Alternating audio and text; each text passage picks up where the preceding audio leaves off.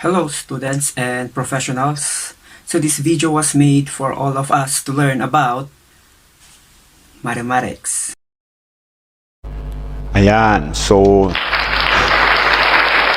pag-uusapan naman natin ngayon yung nature of compound statements. So tatlo yan. So tatlo ang nature of compound statements. So isa-isahin natin sila. So ang una, tautology. So i-define natin kung ano yung tautology. Tautology is a compound statement that is true under every interpretation whose truth value is determined solely by its logical structure. So dapat daw lahat ng interpretation ay true. So paano natin malalaman kung true yung lahat?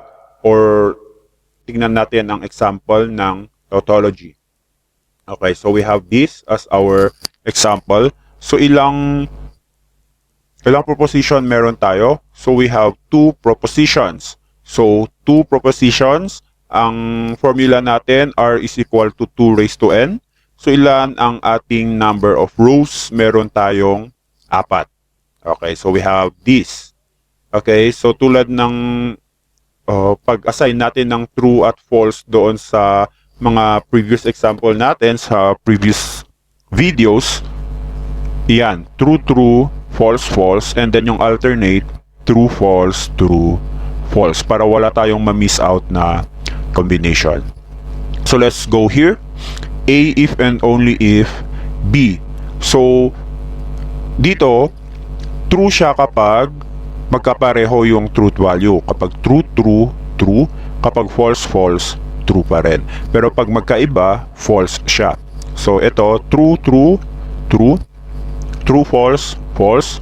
False, true, false. False, false is true.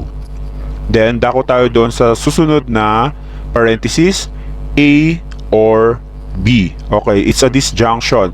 Sabi natin sa disjunction, basta merong true, magiging true yung sagot. So, true, true, true. True or false, true. False or true is true. False or false is false. Now, the answer for the first parenthesis here and then the answer for the second parenthesis dito, i-combine ulit natin siya using a disjunction. So, disjunction ulit siya. So, basta merong true, magiging true yung sagot. So, true or true is true. False or true is true. False or true is true. True or false is true. So, ito yung pinaka-sagot natin. So, kung mapapansin ninyo, lahat ng interpretation or lahat ng column, ang magiging final answer niya ay true. So, going back, EJ, doon sa ating definition, sabi niya doon, dapat true under every interpretation. So, that is what we call as the tautology. Ayan. So, proceed na tayo sa sunod. We have the contradiction. Sabi sa contradiction, by definition, is a compound statement that is false under every interpretation whose truth value determined solely by its logical structure. Doon sa kanina, sa tautology, dapat lahat ng interpretation is true. Dito naman sa contradiction, dapat lahat daw ng interpretation ay false. So, tingnan natin yung example. So, example natin, P and not P. Okay, so ilang proposition meron tayo? Isa lang. And then, ang ating formula ulit, R is equal to 2 raised to N. So, 2 raised to 1 is 2. So, ang table natin, ganito siya. Okay? Kasi meron lang tayong iisang proposition. So, P lang talaga siya. So, ang combination natin, true tapos false. Tapos, ito yung sasagutan natin. So, ang una nating i-operate is yung negation muna. So, not P. So, if P is true, the negation is false. If P is false, ang negation niya ay true.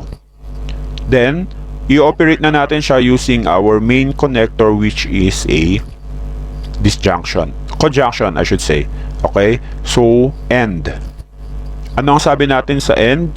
Basta merong false, false. Kasi sa conjunction, true, true lang yung true ang sagot. Okay, so true and false ang sagot ay false. False and true ang sagot ay false. So yan yung pinaka final answer natin. lahat ng interpretation ay false. So yan ang tinatawag natin na contradiction.